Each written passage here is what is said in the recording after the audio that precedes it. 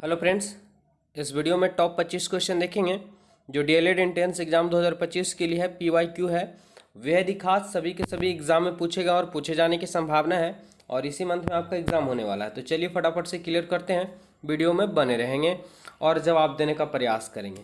निम्नलिखित में से किसके कारण अम्ल वर्षा होती है? याद रखेंगे, अम्ल वर्षा का मूल कारण होता है SO2 और NO2 होता है, लेकिन NO2 ऑप्शन में दिया हुआ नहीं, तो यहाँ पे SO2 हो जाएगा ऑप्शन बी। अगले सवाल की ओर चलते हैं। अगला सवाल है कि निम्नलिखित में किस धातु को किरोसिन में डुबो कर रखा जाता है? किरोसिन जिसे मिट्टी का तेल कहा जाता है, कच्चा तेल भी कहा जाता है, और ये बीपीएससी टीआरई 2 में पूछा गया था 6 to 8 में कि कच्चा तेल किसे कहा जाता है। याद रखेंगे किरोसिन को। ऑप्शन यहाँ पे क्या होगा, तो सोडियम को ही किरोसिन तेल में डुबो कर रखा जाता है। सवाल आगे, निम्नलिखित में से किस अधातु को पानी में डुबो कर रखा जाता है? क्या है कि किस अधातु को पानी में डुबो करके रखा जाता है? याद रखेंगे, बात करें हम यहाँ पे तो श्वेत फास्फोरस का जो है वो कहाँ रखा जाता है, तो पानी में डुबो करके रखा जाता है, क्योंकि ये वायु के संपर्क में आते ही जल उठता है, इसके कारण।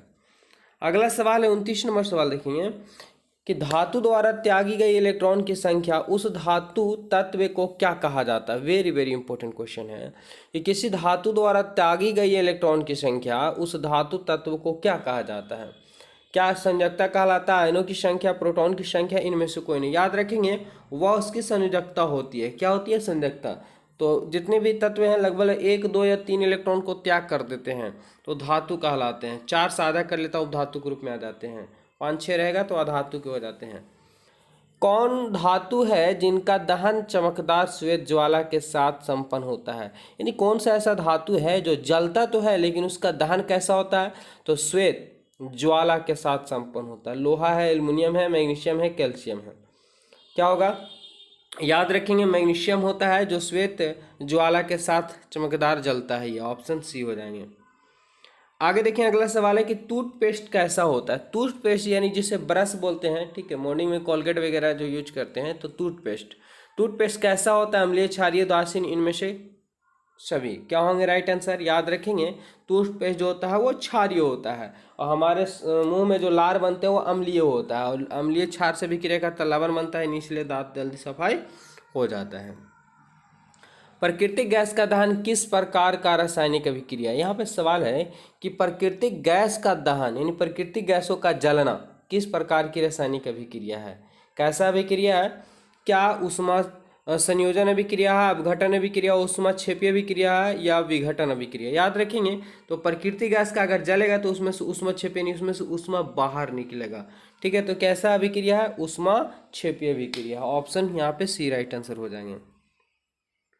अगला सवाल, डेंगू उत्पन्न करने वाला मच्छर किस तरह के जल में पाया जाता है? डेंगू उत्पन्न करने वाला जो मच्छर होते हैं वो किस प्रकार के जल में पाए जाते हैं? साफ जल में, गंदा जल में, खारा जल में, या मृदु जल में? वेरी वेरी इंपॉर्टेंट क्वेश्चन है। और याद रखेंगे कि डेंगू उत्पन्न करने वाला मच्छर जो होता है वो साफ जल में पाया जाता है। कैसा जल में? साफ जल में। ऑप्शन ए हो जाएंगे। पौधे में श्वसन क्रिया के अंतर्गत एडीपी, पौधे में श्वसन क्रिया के अंतर्गत एडीपी के टूटने से कितनी ऊर्जा मुक्त होती है? Very very important question. कितनी ऊर्जा मुक्त होती है एडीपी के टूटने से? याद रखेंगे 30.5 है ना, कैलोरी जूल प्रति मोल होता है। ऑप्शन ए यहाँ पे राइट आंसर हो जाएंगे। 35 नंबर सवाल क्या बोल रहा है कि प्रकृति में ऑक्सीजन का संतुलन कैसे बना रहता है? प्रकृति में जो ऑक्सीजन है इसका संतुलन कैसे बना रहता है? वेरी वेरी इंपॉर्टेंट क्वेश्चन है। क्या संयोजन के द्वारा, प्रकाश संश्लेषण, या अपघटन, या इनमें से कोई नहीं? 35 नंबर सवाल का आंसर। याद रखेंगे कि प्रकृति में ऑक्सीजन का जो संतुलन है, तो ऑक्सीजन कहाँ से मिलता है, तो पेड़ पौधे से। और पेड़ पौधे में कौन सी क्रिया होती है? प्रकाश संश्लेषण की क्रिया होती है। तो जिसके से ही प्रकृति में ऑक्सीजन का संतुलन बना हुआ है। पेड़ पौधे नुकसान होंगे, ऑक्सीजन की मात्रा घटेगा, CO2 की मात्रा बढ़ेगा, ग्लोबल वार्मिंग होगा, गर्मी अत्यधिक बढ़ेंगे। आगे, मानव हृदय का औसत प्रकुंचन दाब लगभग कितना होता है? यहाँ पे ध्यान समझेंगे, एक दिया हुआ क्या प्रकुंचन दाब पूछा है, एक संकुंचन एक प्रकुंचन। बताइए फटाफट से क्या होंगे राइट आंसर। याद रखेंगे कि मानव दाब का जो है प्रकुंचन दाब लगभग जो होता है वो होता है 90 mmHg होता है। ऐसे ब्लड प्रेशर की बात करें तो सामान्य जो होता है 120/80 mm होता है। आगे चलते अगले सवाल की ओर। किसे रासायनिक दूध कहा जाता है? Very very important question. रासायनिक दूध किसे कहा जाता है?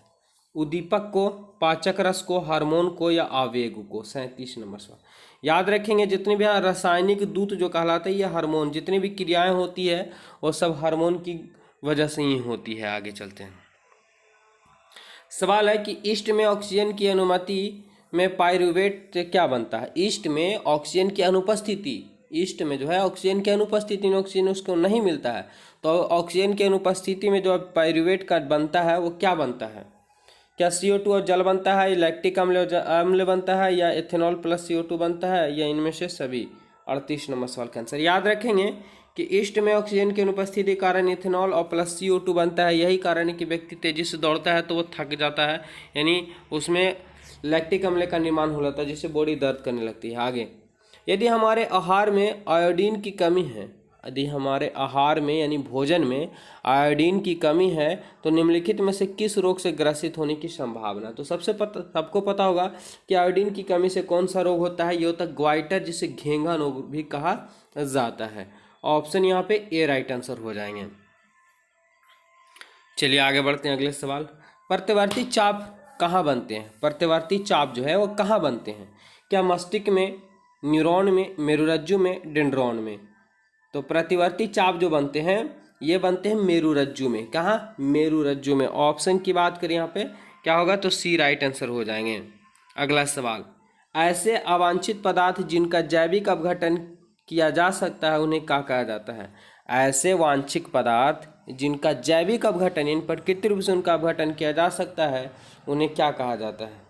क्या कहा जाता है, याद रखेंगे, जिनका जैविक अपघटन किया जा सकता है उसे जैव न्यूनीकरणीय पदार्थ कहा जाता है। जैसे पेड़ से पत्ते रहते हैं, वो पेड़ पत्ते क्या होते हैं, वो धीरे धीरे मिट्टी में मिल के अपने गल जाते हैं और फिर उसी रूप में विलुप्त हो जाते हैं। आगे, ओजोन परत के अवक्षय के लिए मुख्य रूप से कौन जिम्मेदार है। यानी ओजोन परत जो आज अवक्षय हो रहा है, खंडित हो रहा है, टूट रहा है, नष्ट हो रहा है, उसका मुख्य जिम्मेदार कौन है। तो सबसे बड़ी बात है कि मुख्य जिम्मेदार तो जो है वो मनुष्य ही है, लेकिन उसके लिए जो नुकसानदायक है वो क्लोरोफ्लोरोकार्बन है, CFC क्लोरोफ्लोरोकार्बन। ये जो फ्रिज है ना, फ्रिज वगैरह जो यूज करते हैं उससे ज़्यादा मात्रा में फ्रीऑन नामक गैस बनती है, उससे से क्लोरोफ्लोरोकार्बन वगैरह में अपघटित होकर के नुकसान पहुँच रहा है। चलिए आगे बढ़ते हैं। एक सामान्य व्यक्ति में हृदय धड़कन की गति होती है, यानी एक सामान्य व्यक्ति है वो उसका हृदय कितनी बार धड़कता है 1 मिनट में, क्योंकि ऑप्शन में प्रति मिनट दिया हुआ है। तो बताइए कितना से कितना बार धड़कता है लगभग में। सबको पता होगा कि 70 से 72 यानी 70 से 80 बार प्रति मिनट। एक बार में ऐसे सटीक आंसर अगर दिया जाए तो 72 बार होता है, लेकिन लगभग आपको मानना है तो 70 से 80 प्रति मिनट के रूप में। चलिए आगे देखेंगे। हृदय का पेस मेकर कहते हैं, हृदय का पेस मेकर किसे कहा जाता है। Very very important question. तो हृदय का पेस मेकर जो याद रखेंगे NS नोड को कहा जाता है, NS नोड को कहा जाता है। ऑप्शन यहाँ पे ए हो जाएगा राइट आंसर। आगे बढ़ते हैं 45 नंबर। टैनिन मुख्यतः कहाँ जमा होता है। टैनिन जो होता है मुख्यतः कहाँ जमा होता है। तो टैनिन जो जमा होता है वो वृक्षों की छाल पर जमा होता है। याद रखेंगे टैनिन कहाँ जमा होता है, तो वृक्षों की छाल पर होते हैं। Option A right answer. 46 number सवाल। क्रमाकुंचन गति कहाँ पाई जाती है।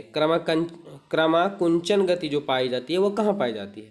मांसपेशियों में, आहार नली में, हृदय में, इनमें से कोई नहीं या इनमें से सभी। 46 का याद रखेंगे। जो क्रमाकुंचन गति जो पाया जाता है, क्रमाकुंचन गति जो पाया जाता है ये कहाँ पाया जाता है, ये आहार नाली में पाया जाता है क्रमाकुंचन गति। ऑप्शन बी हो जाएंगे। प्रकाश संश्लेषण में प्रकाश ऊर्जा रूपांतरित होती है। प्रकाश संश्लेषण की जो प्रक्रिया होती है वो किस ऊर्जा में रूपांतरित होती है। सबको पता होगा कि प्रकाश संश्लेषण पेड़ पौधों में होते हैं, और ये कहाँ, तो रासायनिक ऊर्जा के रूप में संचित हो जाता है पेड़ पौधों में। ऑप्शन की बात करें हम तो यहाँ पे सी करेक्ट आंसर हो जाएंगे। बैटरी में भी रासायनिक ऊर्जा के रूप में संचित रहता है ऊर्जा, याद रखेंगे। निम्नलिखित में पादप अपशिष्ट कहाँ संचित रहता है। निम्नलिखित में जो पादप होते हैं वो अपशिष्ट कहाँ, यानी अपशिष्ट यानी बचा हुआ कहाँ बचे हुए रहते हैं, कहाँ संचित रहता है, जमा रहता है। याद रखेंगे पत्तियों में, छाल में, कोशिकीय रिक्तियों में, इनमें से सभी में। तो यहाँ पे देखिए निम्नलिखित पादप अपशिष्ट यानी पेड़ पौधे के जो अपशिष्ट होते हैं वो कहाँ, तो पत्तियों में भी पाया जाता है, छाल में भी, कोशिकीय रिक्तियों में। ऑप्शन डी हो जाएगा राइट आंसर। अगला सवाल क्या है कि इथाइल अल्कोहल किस प्रकार के श्वसन बनाता है। तो इथाइल अल्कोहल जो श्वसन बनाता है वो किस प्रकार का बनाता है। देखिए इसके पहले भी क्वेश्चन आया था कि इथाइल अल्कोहल जो बनता है यानी जिसमें लैक्टिक अम्ल का निर्माण होता है ऑक्सीजन की अनुपस्थिति में, अवायवीय क्रिया में ऐसा होता है इथाइल अल्कोहल का निर्माण बनता है। जैसे आखिरी सवाल है आज का कि ग्लूकोज में कार्बन कितने अणु होते हैं। ग्लूकोज में कार्बन कितने अणु होते हैं। C6H12 और O6 होता है ग्लूकोज का सूत्र। इसमें पूछा गया कि कार्बन के कितने अणु होते हैं। इसका कमेंट बॉक्स में आप लोग आंसर देंगे। मिलते हैं कल नेक्स्ट वीडियो में लेकर के। आज के लिए इतना ही रहने देते हैं। अभी तक हमारे चैनल से नहीं जुड़े तो जुड़ जाएं, आप लोग का हमेशा हिंट्स मिलता रहेगा। धन्यवाद। आगे भी क्लास